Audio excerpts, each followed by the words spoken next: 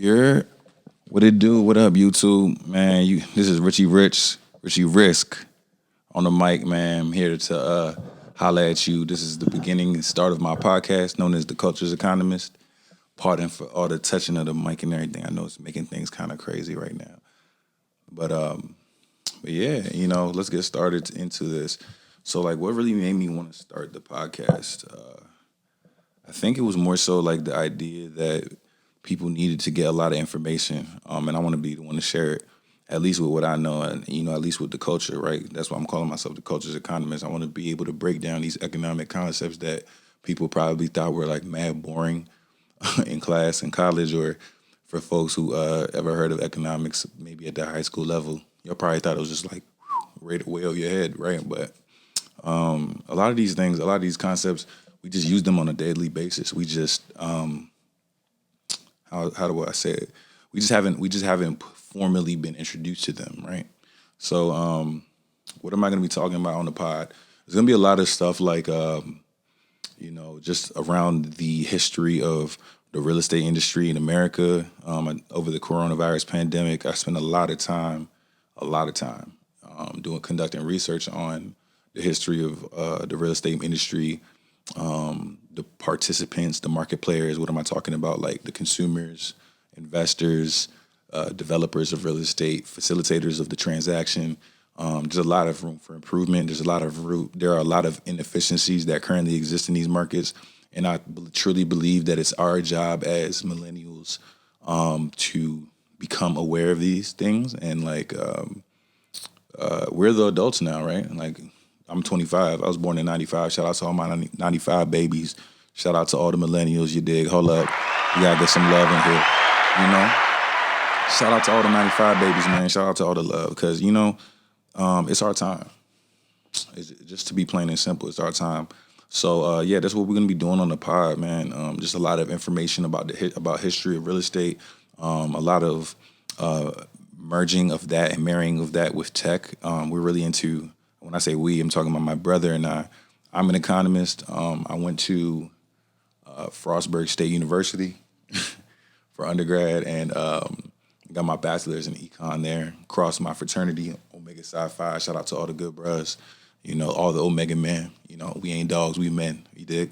So, crossed there. And then I went and got my master's from College Park.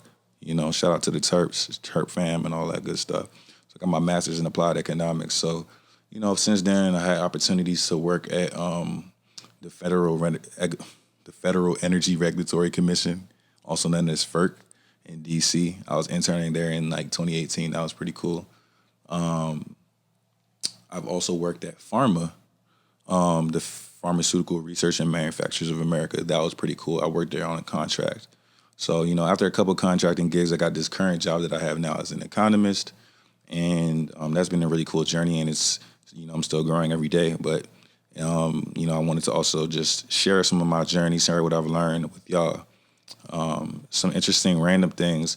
When I was working at FERC, I learned a lot about the power grid system in the U.S. and seeing how what's going on in Texas as of recently is just really like a full circle moment for me. Why? Because we learned a lot about the different ISOs and for example, ERCOT. ERCOT is Texas's reliability, power overseer, right? So they're like independent and they regulate themselves more or less outside of what FERC does at the federal level. So seeing how that's manifested like 2-3 years later, it's really kind of interesting. And then like I said, I spent some time at Pharma. So those are that's a trade association that's represented by like some of the largest brand name pharmaceutical drug manufacturers in the nation. I was there sometime in 2019, and glad I got out of there just because of the fact that COVID hit like right after, and I'm sure that like there's just been a huge scramble to get that together over there. So but now I'm more so into transportation. What we do at this engineering firm that I'm at now, We work a lot with the Department of Transportation for different states around the country, and that gets kind of cool too. We just do a lot of work on different projects, pavement management. Transportation is really big. Is the sector that I'm really in. So, there's just been so much to learn there about average vehicle occupancy for different modes of travel. What else do we talk about? Wait times, delay times. We worked a lot on projects that are on the Texas-Mexico border, and transportation to and fro. So it's just a whole bunch of interesting things that, like talking about this makes me remember like why I chose economics, right? And more so why I chose an applied economics program.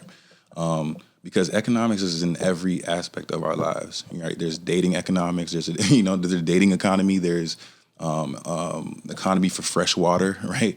There's markets for all types of natural resources that we value, gold, silver, et cetera, right? Shout out to the crypto markets, so it's important that bringing it together, right? It's important that we as a community, we're very much aware, right? Black, brown, yellow, whatever. You got to be aware. It's not over your head. Real estate is not over your head either, right? Or at least understanding it, right? It's just time with content. That's all anything is. You spend enough time with the information, you're going to learn something, right? You're going to learn something. So that's what we're going to do here on the podcast. Make sure y'all follow me on Instagram at RichTakerRich. Make sure y'all follow me on TikTok at The Culture's Economist, or just type in Rich Taker Radio. This is where we're going to be on the airwaves, right? So I'm really excited about this. This is my first pod. This is my first recording, but it's low key coming together, So so that's a little bit of intro to who I am. I grew up in PG County, Maryland. Shout out to the DMV if you're from the DMV area. Big retweets need those, right?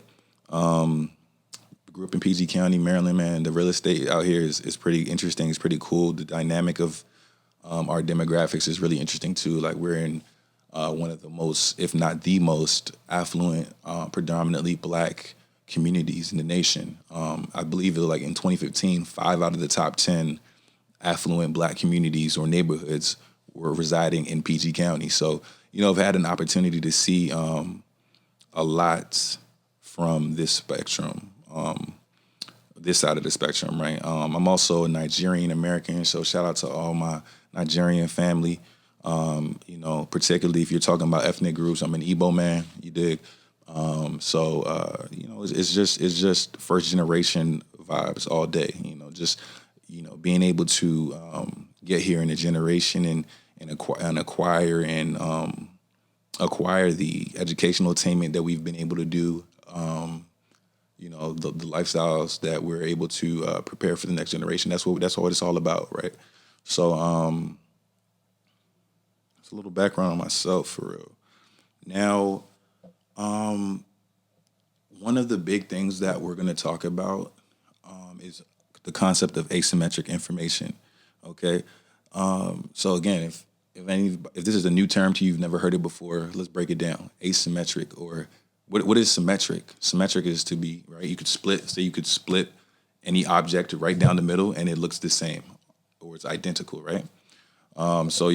When we're applying that to information, we're saying that if we're saying there's symmetry in information, we're saying that both parties or however many parties are involved in the market transaction or whatever it is, they have symmetric information or the same or identical information. All right. Now, when we say asymmetric information, we're talking about the concept or the idea that in marketplaces, people have more, or one party has more information than another.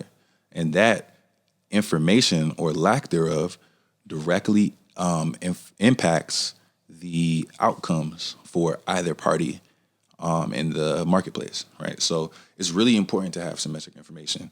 Now, something that I have noticed and something that we've all noticed, or we all can notice, right, is the fact that in certain markets, there just isn't symmetric information. What kind of markets are we talking about?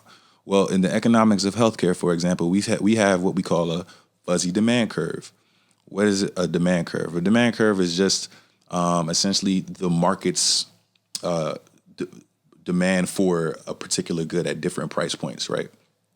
Or so like the quantity demanded at a particular price point. We add all those up together, and you have a curve. So yeah, so I think it's important to understand that. Where did I just get off my train of thought right now? Let me see if I can get back on. Yeah, man. So oh yeah, the different markets that have fuzzy demand curve. So in the economics of healthcare, we have what's called a fuzzy demand curve. So because of the fact that when you and I, as a patient, walk into the doctor's office, right? Say you have a broken arm or a broken leg, we don't have full knowledge of what the cost of our operation is going to be. So, while the physician on the other end of the transaction or the marketplace has full information and the discretion to set the price for whatever it may be. So we could me and you can walk into a hospital with the same injury, but we could leave with two totally different bills. And what is that based on? So like, what is the price? The pricing, what it goes into the pricing rather of each medical expense, right? So we don't have full information about that. For example, you may have heard, women or black women may be more inclined to receive a C-section, right, in the birthplace, right? So at that point, for a number of different reasons, in some cases they may not even need it, right? So it's important to ask questions and pay attention to these things. Okay, so let's see. What else are we going to talk about on this podcast? We're really going to talk about the implications that history has had on the African American and their ability to own real estate. Real estate is one of the most historically relevant investments, and we should all remember that real estate is a good that has two natures. It's for consumption, but it's also for investment, right? And I feel like I think that in a lot of our conversations in the community, we look at real estate primarily as something that we should consume. For some reason, we have been indoctrinated with a culture of consumerism in the community, and everybody buys from, or we buy from everybody, but nobody's really buying from us, right? So I think that's really important that we've had these conversations on ownership and steering away from hardcore consumerism and getting into ownership, owning platforms, owning our music, owning our real estate, owning our beings, right? Because there's value in our vessel, right? Just because you have black skin and doesn't mean that it's over for you, right? Because we understand that we can run way beyond what anybody has ever expected of us, right? You just gotta be proud to be who you are and understand that there's value in your vessel first and foremost, and don't let anybody tell you otherwise, right?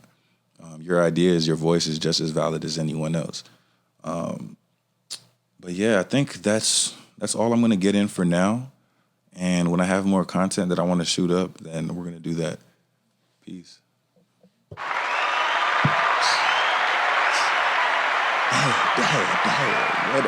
Now, y'all see that fade though, man. Y'all see that fade, man. Let me get into the fade, bro, y'all. Y'all see the waves in the fade? That boy clean, cuz shit. All right, peace, y'all. Oh.